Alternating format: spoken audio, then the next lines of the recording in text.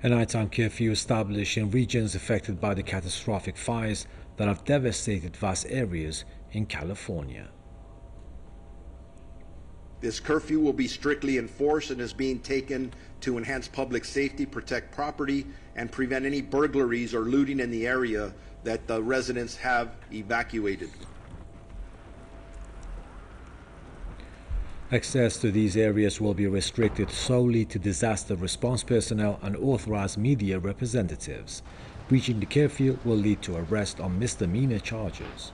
Furthermore, individuals found violating the curfew will face arrest and detention. There is increasing apprehension reports regarding criminal activities in Los Angeles as looters and thieves are preying on homes abandoned by residents fleeing the lethal wildfires.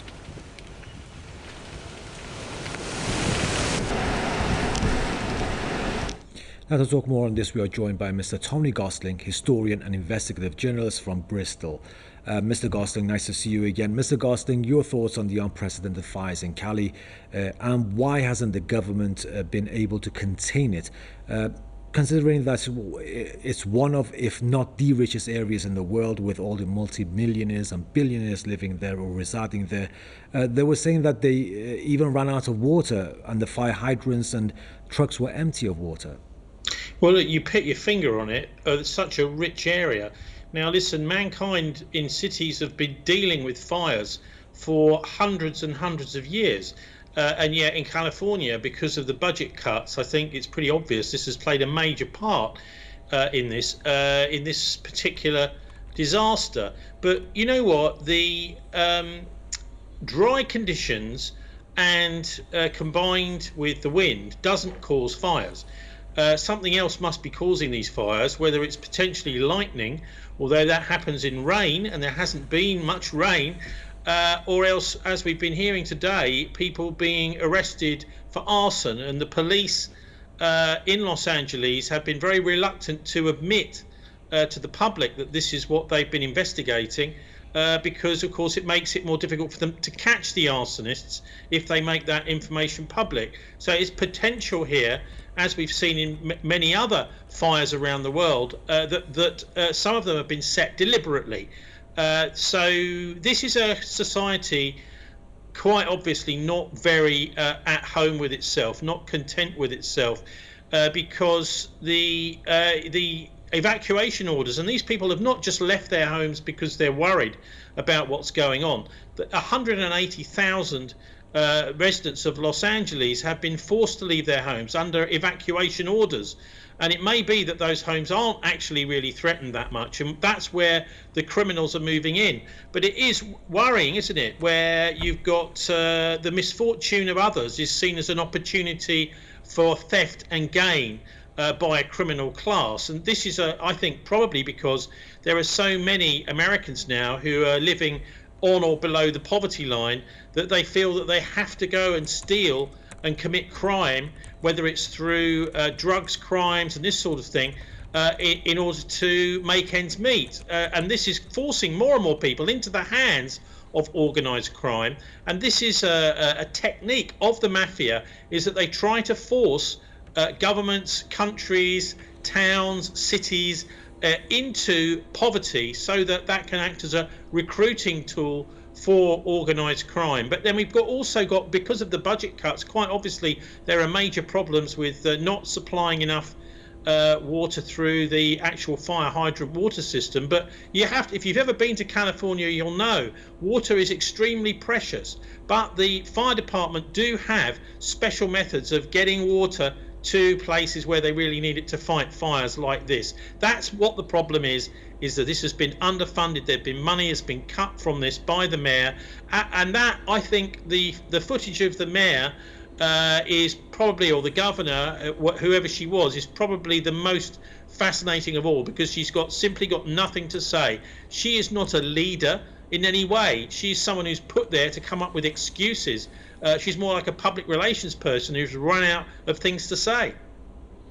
That's right, Mr. Gosling. Mr. Gosling, many are saying that the billions have been spent on wars and the killing of people, like in Gaza, Ukraine, Iraq, Afghanistan, before that Syria also, and so on, all those weaponry, manpower, planes, money, they could have spent it on the US itself, for the Americans, on the Americans.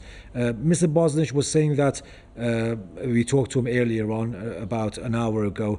He said that they could have used all those bombers that they gave to Israel to bomb Gaza or the Palestinians. Instead, they could have bombed, like you could say, a whole lot of water on the area. Well, exactly right. I think the main problem in the United States is this sucking of wealth away from the shared society, the actual governments. It's the same here in Britain, actually, where we see flood defences and fire defences are just robbed of resources. This is a sign of a dying empire, I think, both here in Britain and in the United States, where the government is caught in a debt trap, and so it's having to literally sell this disaster to the public using public relations instead of real politicians to represent the people. But I'd also like to say something about the context with Gaza, because over the last week or so here in the UK, certainly since Monday this week, the TV, radio, newspaper coverage has been all about the fires over in the United States, very little about the awful, terrible, and actually comparable scenes. If you look at some of the devastation over in Gaza, which is man-made, it's not as this looks to be in some way a natural disaster, and so what it's doing is it's distracting the viewers and the listeners away from the easily preventable horrific genocide going on the other side of the world, and towards the United States. So that's, I think, another aspect of this, in which what you've got in the United States is infrastructure failure.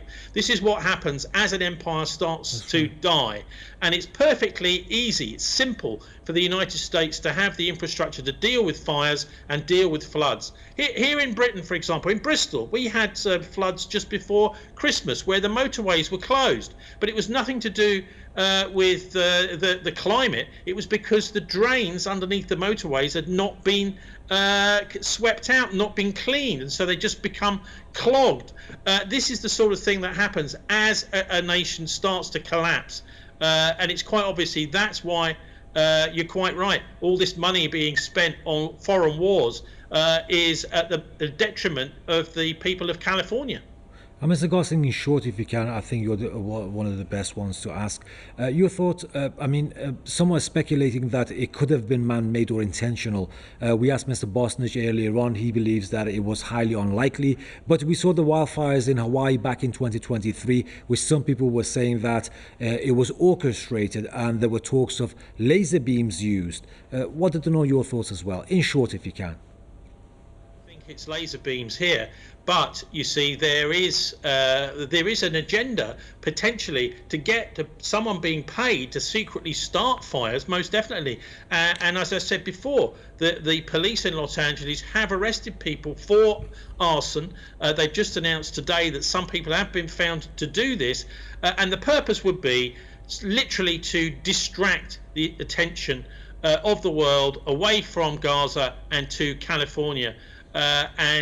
Most people are not really looking at the infrastructure failure I was talking about, which is going on right across the West. This should demonstrate it for everyone with eyes to see.